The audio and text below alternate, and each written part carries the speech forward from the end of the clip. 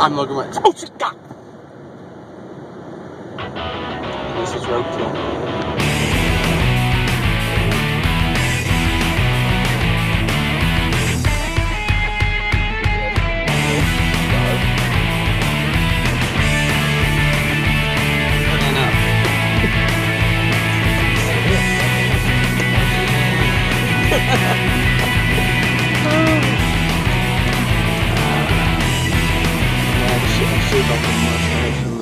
Soul patch thing. Wants me to shave my mustache off.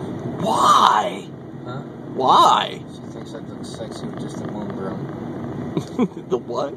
I call it the womb broom. This is your flavor saver. Oh. This is your womb broom. Alright. Alright. Hello and welcome to episode 7 of Logan Rix's Roadkills. I am your handsome yet humble host, Logan Rix, and I am with my good friend and my first ever tag team partner, the man who taught me just about everything there is to know about working a crowd in the wrestling business, Tommy Snow. Tom Randall's Tom. Thanks for being on the show. This is going to be an interesting interview. It's going to be hard to keep him focused. So you say I taught you everything. Boy, I'm sorry. It's his fault, folks. What do you do? So, you are a professional wrestler, correct? Well, I'm a wrestler. How professional I am, I don't know. I think it's all work. Your professionalism. I'm telling you. You know, let's go ahead and start off. Were you a wrestling fan growing up? Oh, of course I was. I mean, that's the one thing. If you're going to be in this business, you got to be a fan of it. There's too many people that take themselves way too seriously and think, well, they're modern day gladiators. If you want to do that, get into MMA. Okay? You want to entertain people.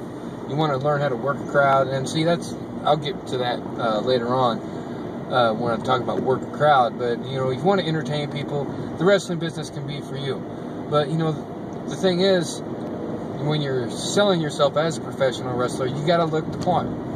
You know, granted, hey, I've got some pounds and so do a few of the other guys, but you can't look like you have a litter of pups. Okay?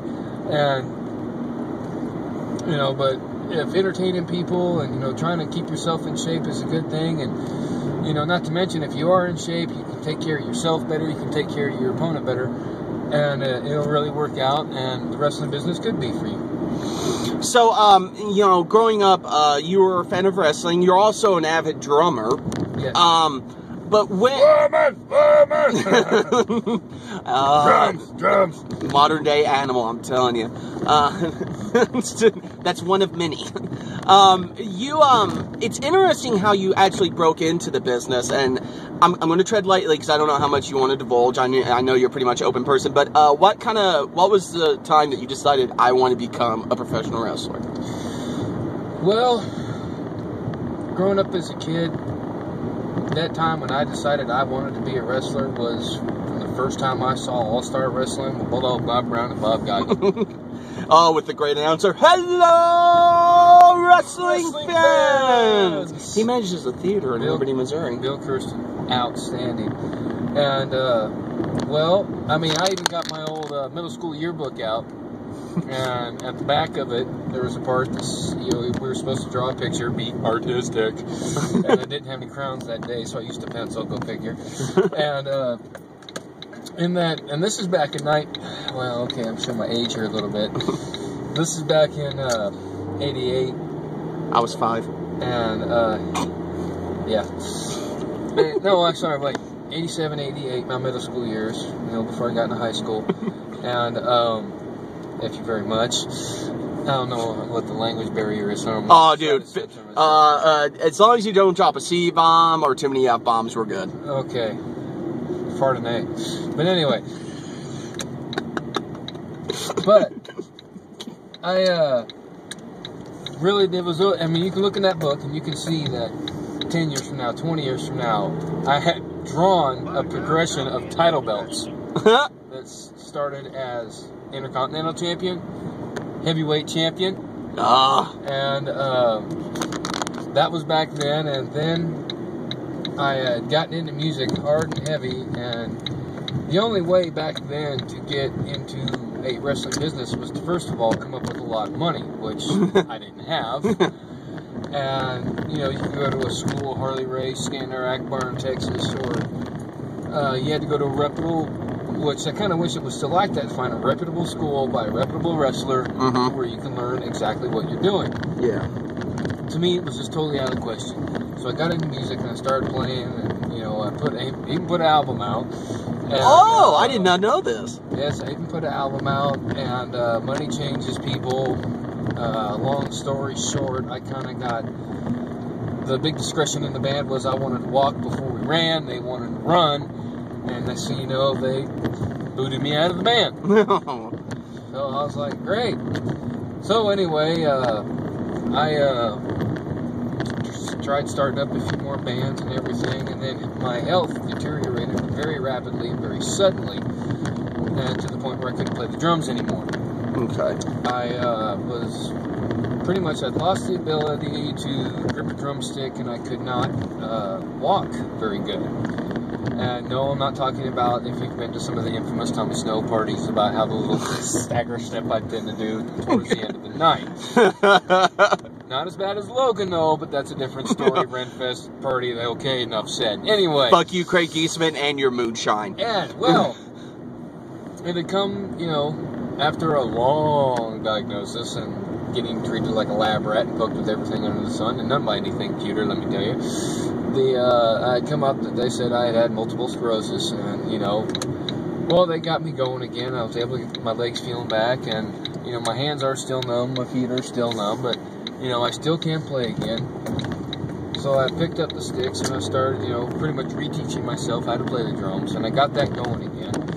And then it come up that a friend of mine who was a avid wrestling fan, and actually I believe was a wrestler back on the circuit in the way old days, he had asked if he could borrow the sound system for an indie show. Well, of course, me being the wrestling mark that I was, yeah. And so I went there and I set the sound system up, and they said, well, would you like a spot in the show? I was, yeah. Well, they gave me a spot in the show. The guy said, would you ever refereed? I said, no. They said, okay, here's a ref shirt. By the way, you're refing the whole show.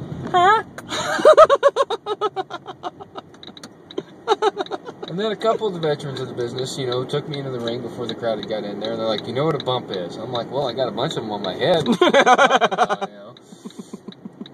So they taught me how to bump, and at first bump, it was just heavenly, and break the... Okay, this is where we have morons. We have people running red lights, and we almost got in a car crash. Well, thank you. Okay, now the near-death experience is over. Let's get back to the story.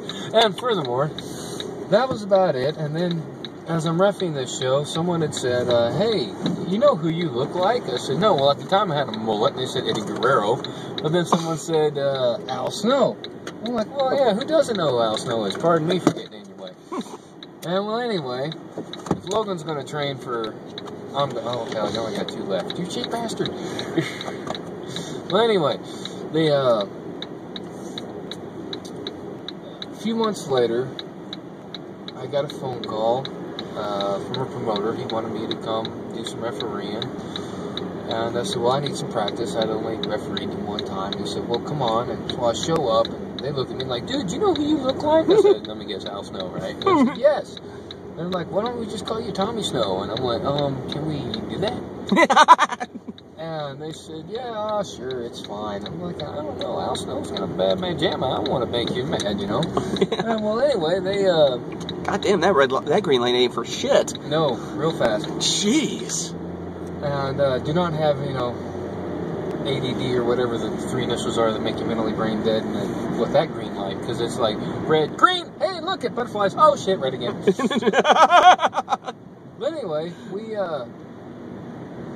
I started, working out as a referee, and they're like, why don't you wrestle? Well, in the back of my mind, I'm thinking, I can't wrestle, I've got MS, there's no way I can do this. And I thought, well, you know what, maybe this is a sign, this is a calling. And I don't know if anyone believes in higher powers or anything, but I really felt like maybe my higher power was telling me, hey, get busy living or get busy dying. Exactly. And so I didn't tell anybody about my MS. They just figured I was really uncoordinated and clumsy, which technically I still am. And so anyway, I started training, and I would drive about 1.5 to 2 hours a night to a town out in the middle of nowhere, which Kansas is famous for that. Oh, sweet shit, and Mayetta. I would train. Then they moved the train facility to a place that was only 30 minutes away. So then I would drive almost every night 30 minutes to train. And the whole time I'm training, I would ref a show. And then I managed for a little bit. And because my trainer, JC Thunder, who was trained by Skandar Akbar out of Texas, very, very good trainer. Matter of fact, in the Midwest, in the Kansas area, Kansas City area, he's referred to as Dad because he has just taken so many wrestlers under their wing. And Thunder would not let anyone loose in the ring without properly training and him personally feeling that you could take care of yourself and take care of your opponent. Yeah. And I'm getting a text message. And furthermore, my first match was with him, and it went very, very good. And 11 years later, here I am. There's so much that we could get into, and unfortunately, due to my new time restraints, we're gonna be wrapping it up here pretty soon. But Tommy, who is, for those of you who've never met Tommy personally, just seen him in the ring, he is one that will bust your balls so hard, but in such a loving manner. And I've got to ask you, I'll share a story. When I first met Tommy, there was a show in, where's the fair show that Donovan always loves to run in his hometown? Carbondale, Kansas. Yes. I got booked, and me and him they threw me and him together because I was kind of a goofy guy. And, the idea was it was just a one-off shot. And when I first met him, he's like, hey, I'm Tommy Snow. And I was like, Logan Ricks. And I go, any relation? He goes, yeah, I think you told me he was your cousin? Brother. And I'll be honest, and I don't think I've ever told you this. When he told me that, you didn't tell me because you were blowing me after I told you. I was so blown away, and I was nervous because I was like, okay, this is my shot. If I impress Al's brother, he'll pass my name along. I'll get called up to OVW, WWE, here I come. It wasn't until about 3 months in that I was like, are you even related to Al? And he goes, no. Bastard. But, that's one of the many ribs you've pulled on me. But I have to ask you, what is your all-time favorite rib that you've ever pulled on someone? My all-time, well, it's hard to keep up with them. See, in the wrestling business, not only is it cutthroat from a business standpoint, but from a ribbing standpoint. Oh, Jesus. If you are a target, and he's the accessible one at that, you will get ripped. Shane Sanders. And, well, there was two wrestlers, Deacon and Enigma. Oh, Deacon. Enigma. Who lived in the Olathe area, and there was a story that two people had robbed a McDonald's, and it fit Deacon Enigma's description. And I'm thinking, oh, Lord, they went Ken Patera on us, And so I'm thinking, great. Well, I get a hold of them. I'm like, are you guys all right? And they're like, oh, yeah, we're fine. But I couldn't talk long, so we got off the phone. Well, they started thinking, hey, if Tommy really thinks that was us, we can have some fun with this. Oh, bad idea. Well, I used to have these giant pay-per-view parties. Oh, they were epic. And they were great. And they will happen again someday. Oh, God. And there's a large craving for Tommy's barbecue. Mm-hmm. So a bunch of grown men in spandex crave my meat. Yes. Oh. But anyway, well, it would have worked. It would have worked had they were able to keep a freaking secret. But they let it out there ribbing. Bad idea. So, I'm thinking, okay, how do you stop a rib? You counter it with a better rib. I know the story. It's so awesome. So, being as I have one of those jobs where there are a lot of people with badges around, I talked to one of them and said, hey, these guys are telling me that they're wanted by the police. And I said, here's what I need to happen. Now, here's where we do the sinister group huddle, and all she hears, head look, okay, break. Now, fast forwarding, we're at the party. Everybody knows what's going to happen. Deacon shows up. Enigma doesn't show up because he was smoking a cigarette somewhere. Being as he's Native American, I believe that's text messaging. Oh, anyway, Jesus Christ. He thought it was funny. Well, so anyway, Deacon shows up. He comes downstairs in what was known as the museum, wall-to-wall wrestling paraphernalia. And we go into a side room that I used as an office. And he's trying to work up these fake tears. And I'm asking him, what the hell did you do? What the hell did you do? He's like, I can't help it, I can't help it, I need help, I need help. I said, damn it, Deacon. I said, let's go upstairs. So I opened the door. Coincidentally, the basement was empty. Everybody had left. And as I walk up the stairs, there is somebody in full SWAT tactical gear, pointing a laser light on Deacon. I hit the ground, roll off. He comes down, slams Deacon against the wall, handcuffs him. Deacon thinks he's going to jail. He's like, wait. He hauls Deacon upstairs to a room full of wrestlers where everyone proceeds to laugh their ass off. And since his hands were handcuffed behind his back, yes, we all gave him chops.